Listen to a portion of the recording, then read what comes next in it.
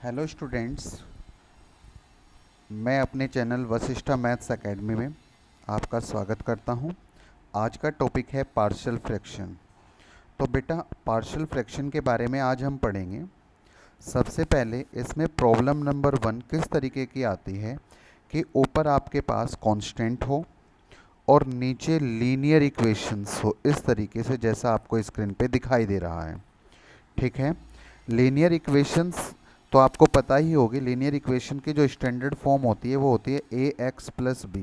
ये linear equation की standard form होती है।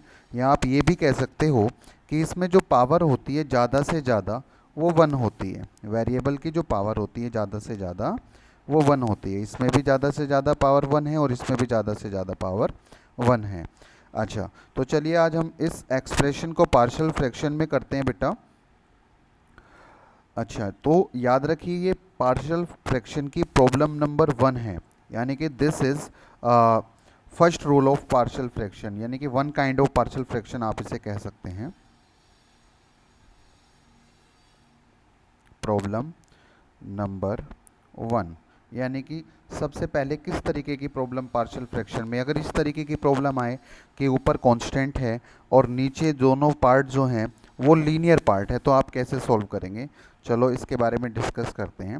तो आप क्या करेंगे बच्चे, इसमें फर्स्ट ऑफ ऑल आप करेंगे यहाँ पर इसको ऐसे लिख लेंगे, ऊपर कैपिटल ए अपॉन में जो पहले नंबर पे आपको एक्सप्रेशन दी है उसे लिखो 3x प्लस 10, फिर प्लस, फिर सेकंड कांस्टेंट आपने b लिखा, हमेशा याद रखना ऊपर वाला कैपिटल लिखना है, फिर आप लिखेंगे x प्लस 1।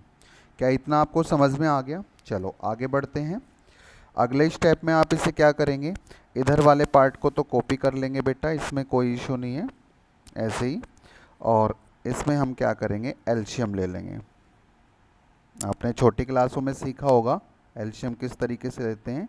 दोनों डिफरेंट हैं तो दोनों प्रोडक्ट में आ जाएंगे बेटा x plus 1। Is that clear. अब आप ध्यान दें, जब आप इसका एलसीएम लेंगे तो चूंकि ये दोनों डिफरेंट है तो यहाँ पर ये वाला स्टेप आएगी, इन दोनों की मल्टीप्लाई हो जाएगी। तो जब इन दोनों की मल्टीप्लाई आपके पास होगी, ये होगा a इंटू एक्स प्लस 1। ठीक है। फिर बीच में आपके पास प्लस है तो फिर आप क्या करेंगे, प्लस, फिर b की मल्टीप्लाई 3x प्लस 10 में हो जाएगी।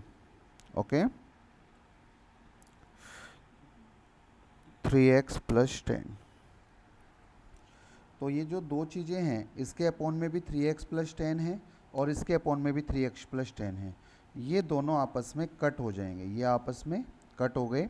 अब हमारे पास क्या बचा बच्चों, हमारे पास यहाँ पर बचा 1 is equal to a into x plus 1 plus b 3x plus 10।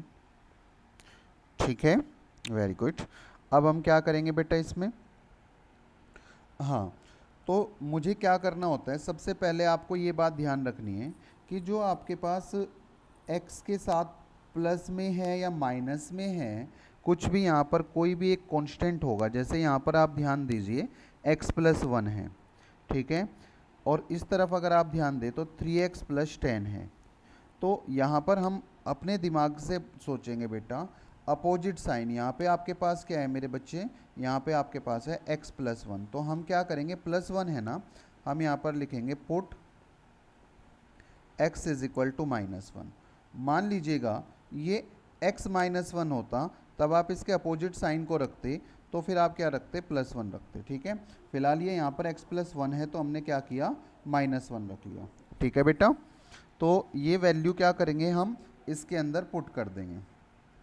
जब आप इसके अंदर ये वैल्यू पुट करोगे तो ये 1 हुआ इज इक्वल टू, ये आपके पास क्या हुआ, a, इस x की जगह इन प्लेस ऑफ x आपने क्या किया, यहाँ पर हमने लिखा -1 प्लस 1 प्लस b, इस तरफ भी x की जो वैल्यू होगी वो आप क्या रखेंगे, -1 प्लस में 10।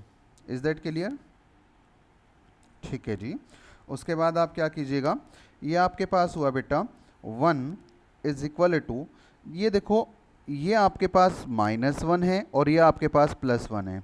तो -1 और +1 क्या हो गया, आपको क्या रिटर्न करेगा, ये रिटर्न करेगा 0, और अगर आप जीरो की मल्टीप्लाई इस ए में कीजिएगा तो ये पूरा स्टेप जीरो बन जाएगा क्या?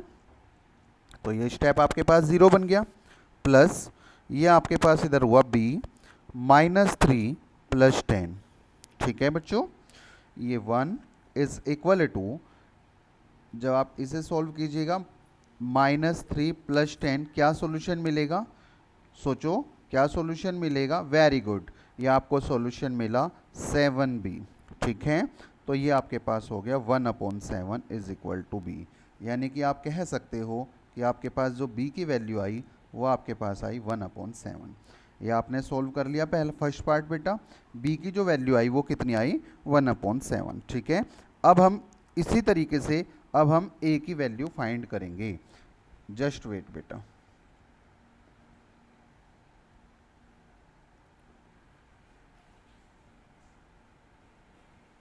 मैं इसको इस तरीके से कर देता हूँ ताकि ये भी आंसर यहीं पर आ जाए, ज़्यादा प्रॉब्लम ना हो हमें। ठीक है, अब हम क्या कर रहे हैं बेटा, मैंने कलर चेंज कर दिया ताकि आपको प्रॉब्लम ना हो। हमने क्या किया बच्चों, इस बार हम यहाँ इस स्टेप में रखेंगे। इससे पहले ध्यान दो, आपने इसको ध्यान में रखते हुए यहाँ पर वैल्यू चेंज की थी। इस बार जब हम वैल्यू चेंज करेंगे तो हम इसके अकॉर्डिंगली चेंज करेंगे। तो अगर मैं इसे जीरो बनाना चाहता हूँ इस स्टेप को, तो मुझे क्या वैल्यू रखनी पड़ेगी? सोचो ज़रा, 2 मिनट के लिए वीडियो पॉज करके सोचने की कोशिश कीजिए। Please try to think about it. Very good, आपने बिल्कुल ठीक सोचा बेटा। यहाँ पर आप रखेंगे put x is equal to 0। आपने 0 रख लिया। ये आपके पास कितना आया? यहाँ पर ध्यान दो, इसी इक्वेशन में हमें पुट करना है बच्चों। सबसे पहले 1 था तो 1 लिख दिया मैंने यहाँ पे। ठीक है, उसके बाद इज इक्वल टू a। आपने क्या किया यहाँ पर, x की जगह आपने क्या पुट करा? 0। यहाँ देखो x था तो प्लस में 1। जब आप इस तरफ रखेंगे b, हाँ very good very good, 3 × 0 + 10। Okay, आगे से सॉल्व करते हैं, 1 ऐसे ही आएगा। तो अगर हम इस स्टेप को सॉल्व करते हैं तो 0 + 1 1, और 1 के इंटू जब आप a में कीजिएगा तो आपको क्या मिलेगा? हाँ जी, a मिलेगा। वेरी गुड, प्लस इसको जब आप सॉल्व कीजिएगा, इतने हिस्से को जब आप सॉल्व कीजिएगा तो 3 × 0 कितना हुआ? 0। 0 + 10 कितना हो गया? 10। तो ये आपके पास कितना हो गया? 10b। ठीक है, अब यहाँ ध्यान दीजिए, आपने यहाँ पर b की वैल्यू कितनी निकाली थी? b की वैल्यू, भाई बिल्कुल सही कह रहे हो आप, b की वैल्यू 1/7 है। तो हमने क्या किया यहाँ पर, put b is equal to 1/7। हमने b की वैल्यू 1/7 रखी। जब हम इसमें रखेंगे तो ये हमारे पास क्या हुआ? 1 is equal to a + 10 × 1/7। Very good, 1 + 1 is equal to a + 10/7। जैसा कि आपने छोटी क्लासेस में सीखा हुआ है, अब हम इस इक्वेशन को सॉल्व कर लेंगे। 1, इसको मैं इस तरफ ले आता हूँ, -10/7 इज इक्वल टू a। देखो यहाँ पर बड़ी कमाल की चीज़ है जो आपने छोटी क्लासों में सीखी होगी, पर बच्चों ये चीज़ें बहुत सारे बच्चे भूल जाते हैं। आप 1 को कुछ भी लिख सकते हो। आप 1 को लिख सकते हो 10/10, क्योंकि 10 से 10 जाएगा 1 आएगा। आप 1 को लिख सकते हो 15/15। आप 1 को लिख सकते हो -15/-15। यानी कि जो नंबर आपको न्यूमरेटर में रखना है बिल्कुल ठीक वही नंबर आपको डिनोमिनेटर में भी रखना है। ठीक है, तो इससे आपको पता चल जाएगा कि 1 को हम जो है क्या क्या क्या रख सकते हैं। ठीक है बच्चों, ठीक है। अब आपने क्या किया, यहाँ पर इस 1 को आपने रिप्लेस कर दिया 10/10 -10/7 इज इक्वल टू a। तो 10/10, अच्छा जब आपने लिया ओ, 10/10 नहीं लेना था, यहाँ पर लेना था आपको 7/7, sorry 7/7 -10/7 is equal to a। ठीक है बेटा, जब आपने इसका एलसीएम लिया तो ये 7 हो गया। 7 - 10 इज इक्वल टू a, और इससे जब ये जाएगा तो -3/7। ठीक है बेटा, अच्छा वेरी गुड। अब आप क्या करोगे, यहाँ पर पुट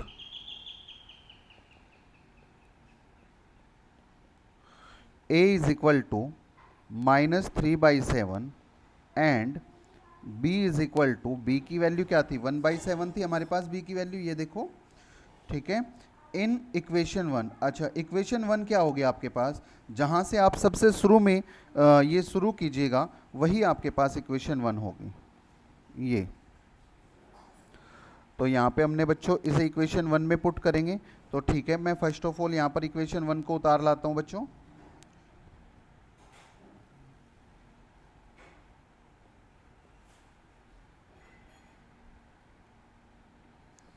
ठीक है, तो जब आप इसे इसमें पुट कीजिएगा, ये आपके पास हुआ -3/7 अपॉन में, ए की जगह मैंने ए की वैल्यू रख दी बच्चों 3x + 10 प्लस बी की जगह 1/7 अपॉन में x + 1।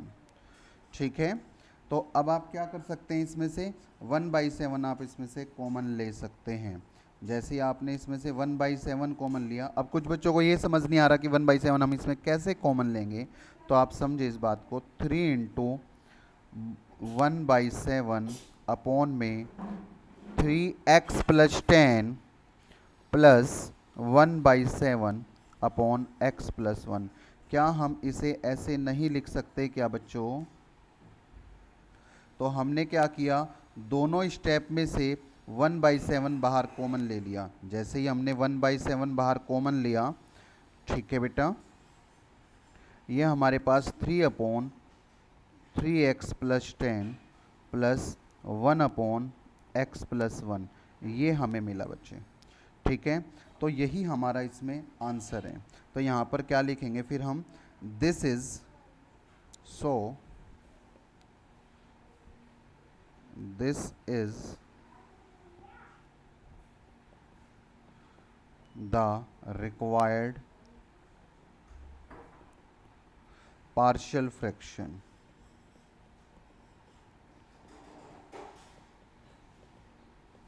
Is that clear?